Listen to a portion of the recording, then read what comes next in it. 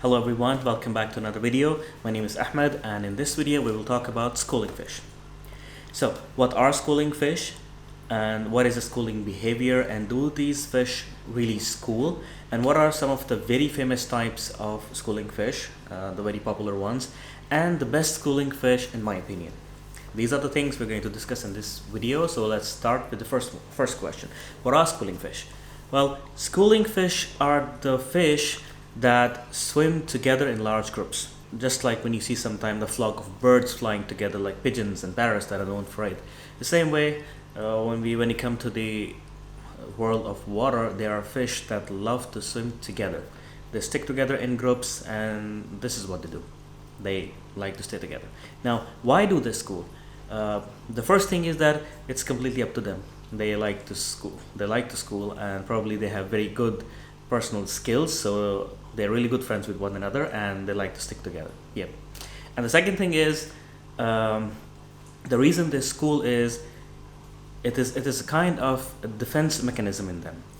They like to school to protect themselves from predators. So if another fish or something is going to attack them, it has a really hard time picking one of them. So it's kind of confuses the predators, and it's like a defense mechanism. Some of the very famous types are neon tetras, cardinal tetras, Herculean rasboras, galaxy. There are actually too many kinds, and I think almost all kinds of tetras school. Other than that, there is danios, there is denison barbs, and many more. Now the question is, do these fish really school? Because actually what happens is, you see a picture or a video of these beautiful fish schooling together, and you imagine a picture in your mind of your tank, that how they will look in your tank schooling together. You buy a bunch of them, you bring them home, you put them in your tank, and in the beginning you see a very beautiful view of them schooling together. But then after 2 or 3 days, or after a week, you see that they just stop schooling. They are scattered everywhere in the tank, and they just don't look anything like how they were when you first brought them. And the reason for that is that schooling is basically a defense mechanism, as I said before. So once the fish gets comfortable in your tank, and they know there is no threats around, they just get comfortable, there is no threat in the tank, and they just start doing their own business, and they are all over the tank doing what they want to do. Unless you put food in the tank, or they get scared, or sometimes when they're just too happy, they start schooling again, but not as tightly as they were doing the first day you added them to the tank. This has happened to me, and probably to many other people who bring them in the first place with the idea that they will be schooling all the time, but then they stop schooling altogether. So there are some fish that will school more often than the others. But at the end of the day, it's your personal choice, what colors you like more, which fish you like more, what is your tank size. Lots of other factors decide what fish you should have. But in my personal opinion, I have kept many kinds of different fish when it comes to schooling fish. I think one of the second best fish for schooling, I think it's Herculean rasboras. I hope I pronounced that right. Those are one of the fish that will mostly school together. If you get a bigger group, they might start to school in smaller groups here and there, but compared to others, I think they're still one of those fish that are tight schoolers. And the best schooling fish, in my personal opinion and in my personal experience, is denison barbs. I hope that I'm pronouncing it correctly. They're also called torpedo barbs, or they're also called red line sharks. These fish are beautiful, they're amazing, they're very active, they're very peaceful. In my personal experience, I have kept them for many years. I never saw them being aggressive to any other fish.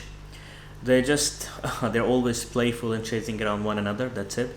They will eat anything: flakes, pellets, protein, shrimps, anything.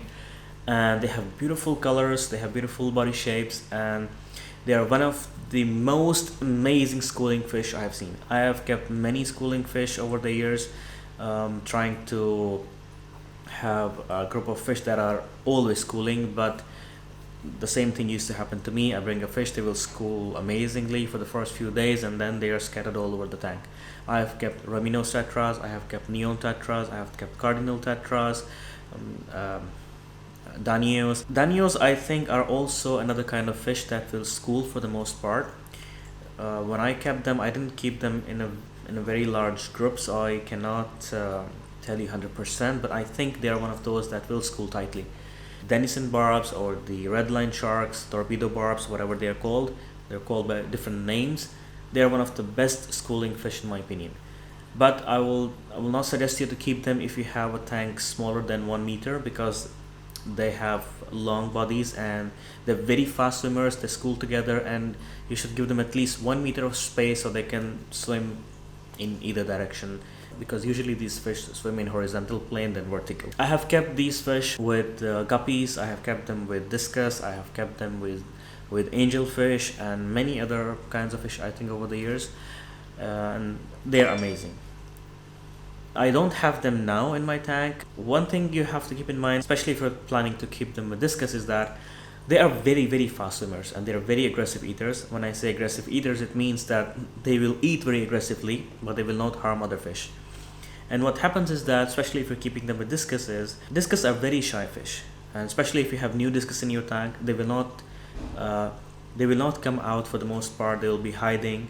They'll get scared very easily. They're even scared of the other fish.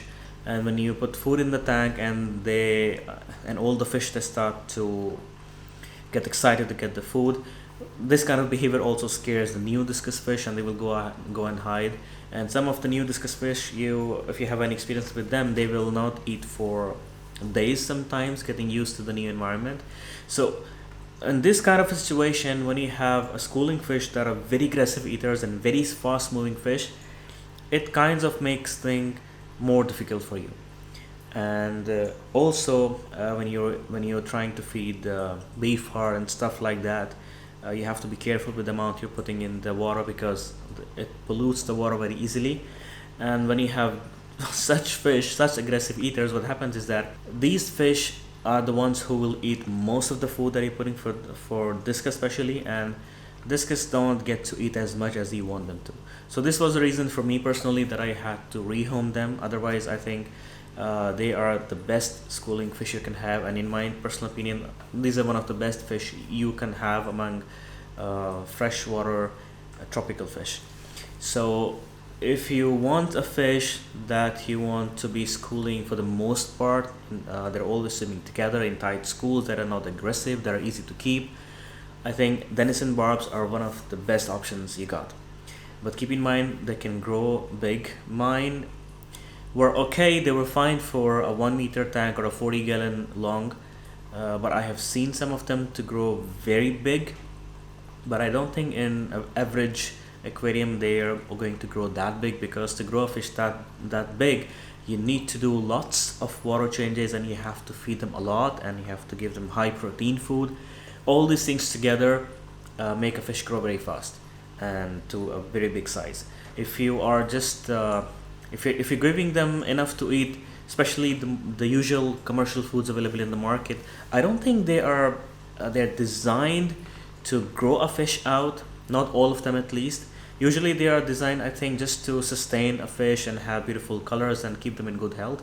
But if you're looking forward to grow them out, that's a different story. So yeah, I think in my personal opinion, denison barbs are one of the best schooling fish out there. But to keep them, make sure you have a tank that is at least 1 meter long, 40-gallon or something. So yes, this is it. This is my personal opinion and my personal experience on these fish and different schooling fish.